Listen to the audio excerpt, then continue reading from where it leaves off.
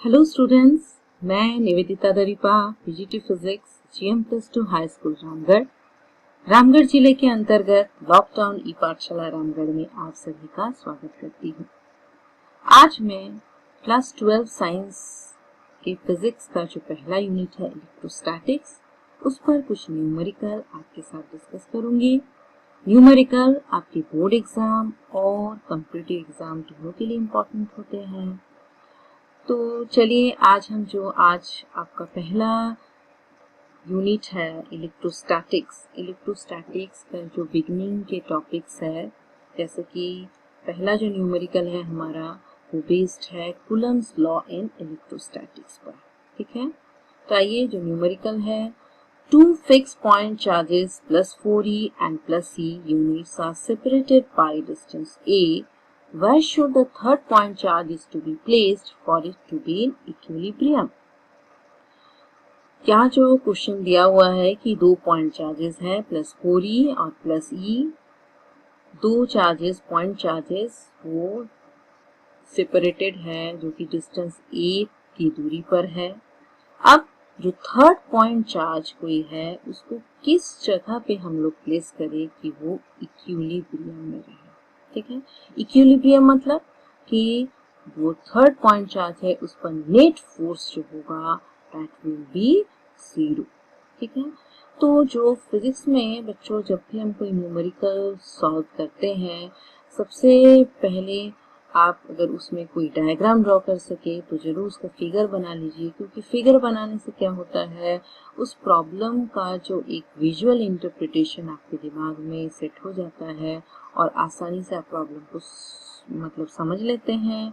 समझ लीजिएगा तो सॉल्व भी कर सकते हैं। तो चलिए इसका पहले हम लोग एक डायग्राम बना लें। पहले हम लोग लिए पॉइंट ए पर 4e चार्ज रखा गया। अब दूसरा पॉइंट हम लोग लेते हैं बी पर हमने e चार्ज रखा। अब दोनों के बीच की जो दूरी है वो दिया हुआ है कि वो दूरी है a। ठीक है, अब now the third point charge, जो तीसरा पॉइंट चार्ज कहाँ पे प्लेस करें कि वो इक्विलिब्रियम में रहे। अब जो थर्ड पॉइंट चार्ज को हम कहीं भी रखेंगे तो क्या होगा, बिकॉज दीज टू चार्जेस, ये दो चार्ज है उस पर फोर्स लगाएंगे। ठीक है, मतलब 2 फोर्स लगेगा। अब ये 2 फोर्स एक दूसरे को बैलेंस करेंगे। बैलेंस कब कर सकते हैं, अगर वो 2 फोर्स इक्वल एंड अपोजिट होंगे तो एक दूसरे को बैलेंस करेंगे। ठीक है, तो चलिए हम पहले एक पोजीशन कोई भी मान लेते हैं कि हम A और B के बीच में एक पोजीशन लिए, that is the line joining the A and B, जो ये AB लाइन है इस पर एक पोजीशन हम लोगों ने लिया है C, और C पर हमने सपोज द थर्ड चार्ज रखा Q। अब Q पर फोर्स लगेंगे, क्या फोर्स लगेंगे, एक तो फोर्स लगाएगा ये 4e चार्ज और दूसरा फोर्स लगाएगा ये E चार्ज। ठीक है, अब ये जो Q इस पर जो 4e Q पर जो फोर्स लगाएंगे वो क्योंकि ये दोनों ही पॉजिटिव हैं, तो क्या होगा, अकॉर्डिंग टू कूलम्स लॉ ये दूसरे को रिपेल करेंगे, विकर्षण करेंगे। तो इस पर जो फोर्स दिखाएंगे हम, ये कहाँ दिखाएंगे, क्योंकि विकर्षण है तो इसको हम दिखाते हैं बाहर की ओर और इसको हम डिनोट कर रहे हैं F1 से। उसी तरह E भी Q पर जो फोर्स लगाएगा, क्योंकि दोनों ही पॉजिटिव है, ये भी इसको रिपेल करेगा, विकर्षण करेगा, तो इसको हम ले लिए F2। अब देखिए F1 और F2 ये जो दो है दोनों अपोजिट डायरेक्शन में हो गए। अगर अब ये दोनों का मैग्नीट्यूड इक्वल होगा तो ये एक दूसरे को बैलेंस करेंगे और एक दूसरे के इफेक्ट को कैंसिल कर देंगे। ठीक है, तो अब हम ये जो पोजीशन C है, इसका जो Q चार्ज को रखा गया, सपोज उसको हम मान लेते हैं 4e से इसकी दूरी है x, तो ये जो है E से दूरी हो जाएगी a-x। ठीक है, अब F1 का मैग्नीट्यूड हम लिखते हैं by following Coulomb's law in electrostatics. ठीक है, तो क्या लिखेंगे, F1 is equal to 1/4πε0 Q, ये दोनों चार्ज के प्रोडक्ट तो Q इंटू 4b, एंड ये जो है divided by square of the distance between them, दोनों के बीच की दूरी है x, तो ये हो जाएगा x²। ठीक है, अब F2 को भी हम उसी तरह से लिख लेते हैं 1/4 pi epsilon naught Q E, और दोनों के बीच की दूरी है a माइनस एक्स, तो a minus X whole square. ठीक है। Now for the charge q to be in equilibrium, q को इक्विलिब्रियम में होने के लिए क्या होना चाहिए, F1 must be equal to F2। अब ये दोनों को हम इक्वेट करते हैं और इसको फर्दर हम सिंप्लीफिकेशन करते हैं तो फाइनली x का वैल्यू हमारे पास आ जाता है 2a/3। इसका मतलब है q चार्ज को अगर हम 2a/3 डिस्टेंस पे रखें, 4e से 2a/3 डिस्टेंस पे रखें, तो वो इक्विलिब्रियम में रहेगा। ठीक है बच्चों, तो ये तो हमने एक पोजीशन C जो बीच दोनों चार्ज के जो लाइन ज्वाइन कर रहे हैं उसके बीच में हम लोगों ने ये C पॉइंट लिया। अगर ये C पॉइंट को, अगर ये Q चार्ज को हम बियॉन्ड B, इस लाइन को अगर बढ़ा के अगर हम बियॉन्ड B रखते तो क्या ये पॉसिबिलिटी थी, उसको भी हमको चेक कर लेना होगा। देखिए अगर हम यहाँ पे रखें तो क्या होगा, F1 और F2 जो दो फोर्स लगेंगे इस पर, दोनों ही क्या होगा, एक ही डायरेक्शन में होंगे, वो अपोजिट नहीं होंगे।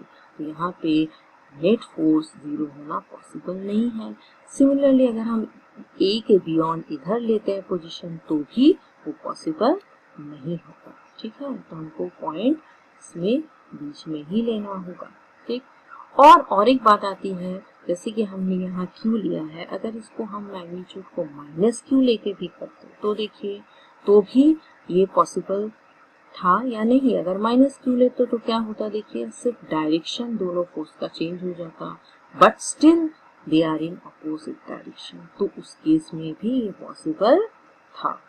ठीक है, चलिए अब जो सेकंड न्यूमेरिकल है हम उसको देखते हैं। ये इलेक्ट्रिक फील्ड एट ए पॉइंट पर बेस्ड है, जो कि है 2 point charges QA plus 3 microcoulomb and QB minus 3 microcoulomb are located at 20 centimeter apart in vacuum.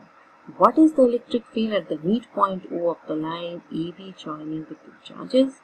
If a negative test charge of magnitude 1.5 into 10 to the power minus 9 coulomb is placed at that point, what is the force experienced by the test charge? ठीक है, चलिए इसका भी हम लोग figure बना लेते हैं। जैसे कि कोई पॉइंट लिए A पर रखा गया QA चार्ज, दूसरा पॉइंट हम लोगों ने लिया है B पर रखा गया QB चार्ज। अब दोनों के बीच की ये जो दूरी है, ये दूरी को सपोज हम लोग डिनोट कर रहे हैं बाय R। ठीक है, अब है कि QA का मैग्नीट्यूड दिया है +3 माइक्रोकूलम, और इसको हम कूलम में कन्वर्ट कर लेते हैं, तो ये हो जाएगा 3 × 10⁻⁻⁶ कूलम। ठीक है, माइक्रो को हम जब कन्वर्ट करते हैं माइक्रो, तो ये हो जाएगा, माइक्रो कूलम को कूलम में कन्वर्ट करेंगे तो ये फैक्टर हो जाएगा 10⁻⁻6 कूलम। ठीक है, उसी तरह QB को भी हम कन्वर्ट कर लेते हैं। ठीक है बच्चों, ये हो गया -3 × 10⁻⁻6 coulomb. Now distance between them is R is 20 centimetre, तो इसको हम कन्वर्ट कर ले मीटर में, 20 × 10⁻⁻2 मीटर। ये जो है सारे फिजिकल क्वांटिटीज को जो भी वैल्यू दिए हुए हैं सबको हमने SI यूनिट में कन्वर्ट कर लिया है, क्योंकि जब भी कोई न्यूमेरिकल हम सॉल्व करते हैं, आपके पास जो भी फिजिकल क्वांटिटीज के न्यूमेरिकल वैल्यू दिए हुए हैं उसको सारे को एक सिस्टम ऑफ यूनिट में कन्वर्ट करना होगा। ठीक है, अब हम लोग को क्या करना है, मिड पॉइंट में इलेक्ट्रिक फील्ड निकालना है। Electric field it means that force experience by unit positive charge at A point. ठीक है, तो इस पॉइंट पे O पे अगर हम यूनिट पॉजिटिव चार्ज माने तो इस पर electric field due to QA and due to QB दोनों ही हमको देखना होगा कि पहले किस डायरेक्शन में हो रहा है। ठीक है, तो चलिए आइए पहले हम लोग डायरेक्शन देखते हैं। जैसे कि ड्यू टू QA इसका डायरेक्शन क्या होगा, अलोंग OB, क्योंकि अगर आप यहाँ यूनिट पॉजिटिव डिस्चार्ज मानते हैं तो QA पॉजिटिव है तो रिपेल कर रहा है, तो ये डायरेक्शन OB की ओर होगा इलेक्ट्रिक फील्ड, इसको लेते हैं हम ये। और ड्यू टू QB अगर लेंगे तो वो भी डायरेक्शन होगा OB की ओर, क्योंकि ये अब नेगेटिव चार्ज है और यहाँ पर अपने चार्ज पॉजिटिव माना है, तो नाउ अट्रैक्शन होगा, तो ये भी डायरेक्शन होगा OB की। ठीक है, अब हम लोग ये का मैग्नीट्यूड लिख लेते हैं, that is 1/4 pi epsilon not QA/OA square. ठीक है, अब 1/4 पाई एप्सिलॉन नॉट इसका वैल्यू होता है 9 इंटू 10 टू द पावर 9। बच्चों ये वैल्यू आपको याद रखना होगा, ये न्यूमेरिकल प्रॉब्लम सॉल्व करने के लिए बहुत इंपॉर्टेंट है, ठीक है। उसके बाद हम QA का वैल्यू लेते हैं और OA जो कि 10 सेंटीमीटर होगा तो इसको भी हमने न्यूटन में कन्वर्ट करके लिया है और इसका वैल्यू आता है 27 into 10 to the power 5 newton पर कूलम अलोंग OB, ठीक है। सिमिलरली EB को भी हम लोग उसका वैल्यू कैलकुलेट कर लेते हैं by applying the formula similarly 1/4 pi epsilon not QB by OB square. इसका भी हम लोग वैल्यू सब्स्टिट्यूट करते हैं तो इसका भी वैल्यू हमको मिल जाता है 27 into 10 to the power 5 newton पर कूलम एंड अलोंग OB इसका भी डायरेक्शन है OB। Now so net electric field at O क्या हो जाएगा, क्योंकि तो ये वेक्टर क्वांटिटी है और दोनों वेक्टर का डायरेक्शन एक ही है तो आप सिंपली इसको अलजेब्रिक सम ले सकते हैं। लेंगे इसको सिंपली अलजेब्रिक सम हम लोग EA प्लस EB, इसका अगर हम लोग जोड़ते हैं तो वैल्यू आता है 54 into 10 to the power 5 newton पर coulomb and that is also along OB, क्योंकि दोनों ही OB है तो नेट इलेक्ट्रिक फील्ड भी OB के डायरेक्शन में ही होगा। Now the second part, if a negative discharge of 1.5 into 10 to the power minus 9 coulomb is placed at point O, then force experienced by the discharge। अगर हम यहाँ पे discharge 1.5 into 10 to the power 9 minus 9 coulomb रखते हैं तो इस पर कितना फोर्स लगेगा। अब ये जो है कि जैसे कि हम फोर्स का फॉर्मूला, फोर्स जो लगेगा that is Q into electric field, charge into electric field, ठीक है। तो फोर्स जो है इसको हम लोग वेक्टर रिप्रेजेंटेशन में हम लोग इसको लिखा गया है इन वेक्टर टर्म्स। तो ये जो है कि फोर्स है एंड द इलेक्ट्रिक फील्ड ये दोनों क्या होंगे, अपोजिट डायरेक्शन में होंगे, इसलिए नेगेटिव साइन है। क्यों अपोजिट डायरेक्शन होगा, क्योंकि now the discharge is negative, ठीक है। क्योंकि अभी तक हम लोगों ने यहाँ जो इलेक्ट्रिक फील्ड जो हम लोगों ने वैल्यू वो डिस्चार्ज जो हम लोग यूनिट पॉजिटिव डिस्चार्ज को कंसिडर करके ये डायरेक्शन तो इलेक्ट्रिक फील्ड को हमने दर्शाया है that is along OB। Now we are replacing, यहाँ पे हमने डिस्चार्ज अगर नेगेटिव डिस्चार्ज रखते हैं तो उस पर फोर्स क्या होगा, that force will be in opposite direction. तो F is equal to minus QE, इसका मैग्नीट्यूड निकालते हैं हम लोग 1.5 इंटू 10 टू पावर माइनस 9, ये हो गया इसका चार्ज का वैल्यू एंड ये हो गया that is the electric field. तो इसका जो आता है force that is 8.1 into 10 to the power minus 3 newton and the force is along BA। ये जो फोर्स होगा किस डायरेक्शन में होगा, opposite to the electric field, so that is along BA। ठीक है बच्चों, तो आशा करती हूँ कि आपको ये दोनों न्यूमेरिकल समझ में आ गए होंगे और आप इस तरह जो भी आपके पास बुक है उसमें आप जो भी सॉल्व्ड एग्जाम्पल है उसको जरूर से एक बार देखिए, उसके अभ्यास कीजिए, फिर जो भी आपकी एक्सरसाइज में प्रॉब्लम है उसको बनाने की कोशिश कीजिए। आप जितनी अभ्यास करेंगे उतना ही आपका कॉन्सेप्ट क्लियर होगा। तो मैं अगले वीडियो में आपके पास कुछ और न्यूमेरिकल लेके आऊँगी। आप तब तक घर में अपनी पढ़ाई जारी रखिए।